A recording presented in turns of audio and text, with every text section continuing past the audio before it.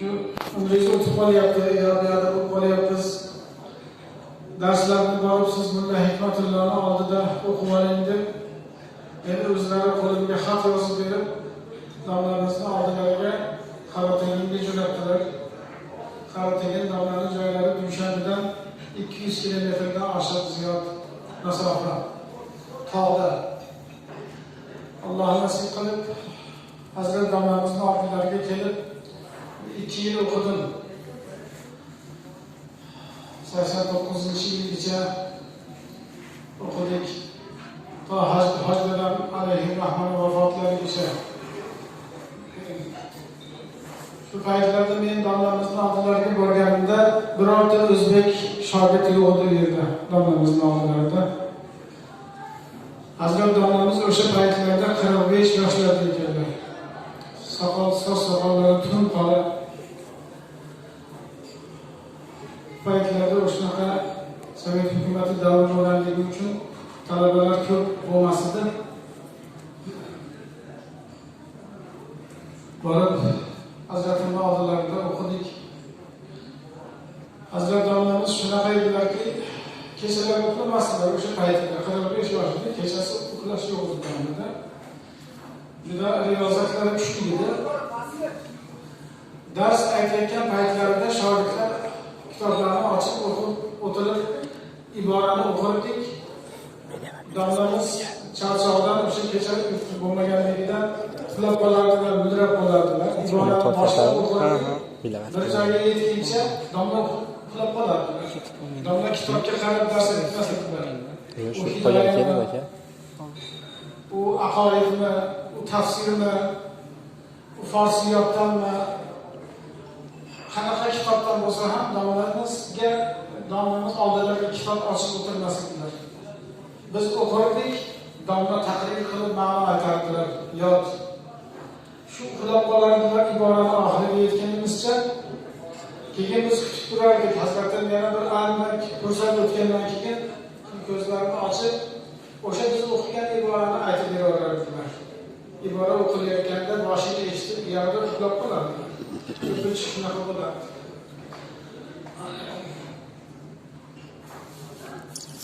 Alloh rahmat qilsin ustozimizni. Mana yaxshi ko'rgan shogirdlardan biri Xatmikarda Hazrat domlamizdan duo qilgan ukamiz Muhammad Amin domla o'tiribdilar. Alloh salomat qilsin, bu kishini ham, bu kishini shagirdlari bor edi. Mulla Abduqodir domla shu kelolmay qoldilar. Xudoy taolo o'zi rahmat qilsin. Hazrat domlamiz hammamizga duoga edilar. Mavtul olim, mavtul olam. Olimni o'lishi, olamni o'lishi deganlar. Xudoy taolo Hazratimni o'rnilariga bir xalaqni Alloh yetkazsin.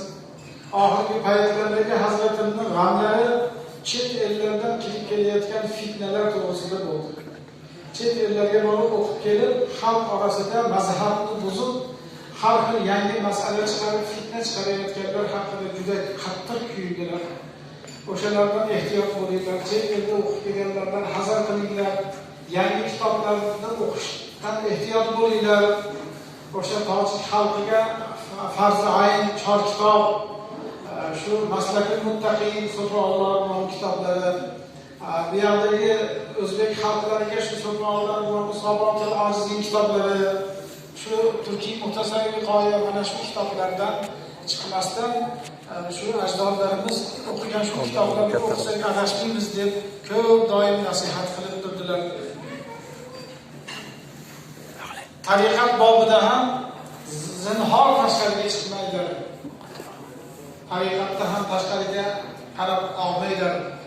O'zimizni ulug'lashni Subhanallohni o'qib, shu Buxoriy ulamolarimiz, Buxoriy tariqatdagi peshvolar, mana Hazrat Shoh Naqshband pirimiz, 7 pirimiz hammalari shu Buxoroda turibdilar. Butun dunyo olami shularning yo'llarida. Shu yerda bo'lib turib, shu zotlarni avlodidan bo'lib turib, endi sizlar boshqa tarafga qarab olmaylar. Mana Turkiyaga ketayotganlar bor. Turkiyada yangi fitnalar kirib kelyapti. Turkiyani bir manzil degan joyga borib, inobat qilib kelgan ba'zi bir mufsidlar, fitnachilar chiqyapti xalqimiz orasida hozir. Mana shundaylardan ehtiyot bo'lish kerakligini domimiz juda qattiq gapirdilar. Ilohim Xudo adashtirmasin. Bu iftorlik vaqti uzoq gapira olmayman. Bir necha xatmi Qur'onlarimiz bor. Shu xatmi Qur'onlarni bag'ishlab berasizlar. Ana undan keyin taom tortamiz inshaalloh. Rahmat.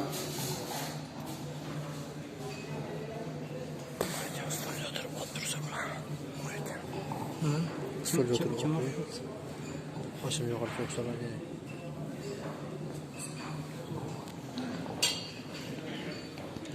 أعوذ بالله من الشيطان الرجيم بسم الله الرحمن الرحيم قل هو الله أحد الله الصمد لم يلد ولم يولد ولم يكن له كفوا أحد بسم الله الرحمن الرحيم قل هو الله أحد الله الصمد لم يلد ولم يولد ولم يكن له كفوا أحد بسم الله الرحمن الرحيم قل هو الله أحد الله الصمد لم يلد ولم يولد ولم يكن له كفوا أحد بسم الله الرحمن الرحيم قل أعوذ برب الفلق من شر ما خلق ومن شر غاسق إذا وقب ومن شر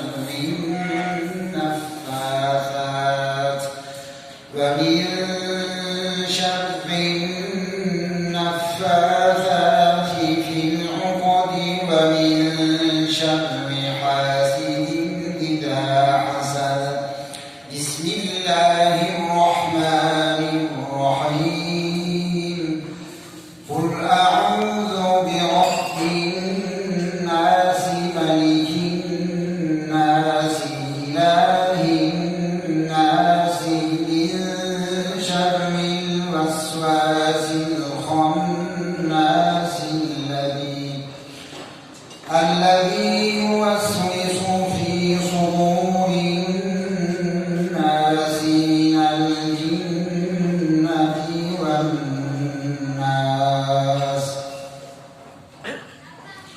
بسم الله الرحمن الرحيم الحمد لله رب العالمين الرحمن الرحيم مالك يوم الدين إياك نعبد وإياك نستعين اهدنا الصراط المستقيم صراط الذين أنعمت عليهم غير المغضوب عليهم ولا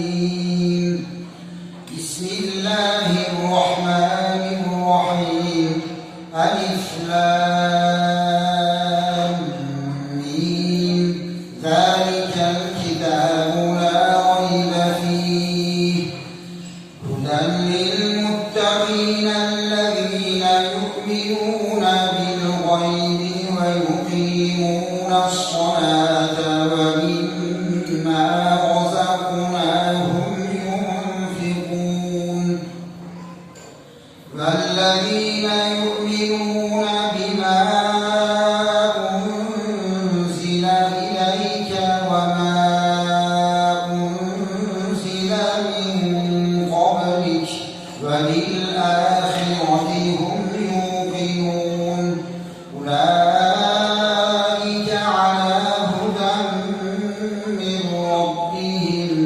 وأولئك هم المفلحون سبحان ربي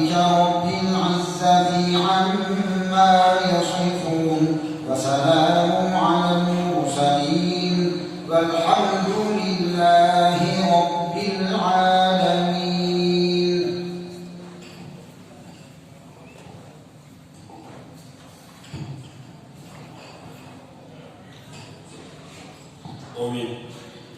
صدق الله العظيم وصدق رسوله النبي الكريم.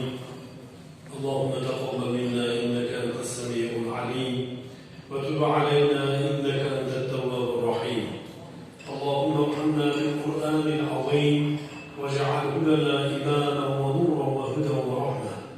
اللهم ذكرنا منه ما نسينا وعلمنا منه ما جهلنا وارزقنا تلاوته آناء الليل وأطراف النهار واجعله لنا حجة يا رب العالمين.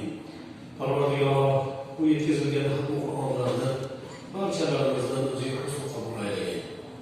Hosil bo'lgan savoblar ila Hazrati Payg'ambarimiz Muhammad Mustafa sallallohu alayhi va sallamning ruhi muboraklarini shod qilgin. Barcha o'tgan sahoba-ikrom, tobi'in, tabi'at tobi'in, o'tgan fiqh ustozlarimiz, mazhabdoshlarimiz, o'tgan ulamo-ikrom, o'tgan domla Hindiston alayhi rahmat, Hazrat domlamizni ruhoniyatlariga yetkazib, bu hatto Qur'onning har bir suralari, har bir oyatlari, har bir kalimalari, har bir harflari uchun berilajak ajr savoblar bilan darajot va maqomlarni baland qilgin.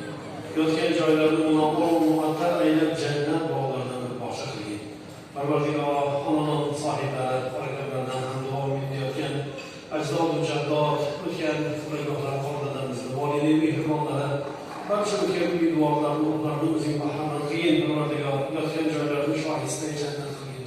Qolganlarni o'zing salomat qilib, Parvardigor, bu hatto Qur'onlarning savoblarini barakotidan, qilayotgan bu xayriy ihsonlarning savoblarini barakotidan xonadonga rahmatingni, barakotingni ziyoda aylagin.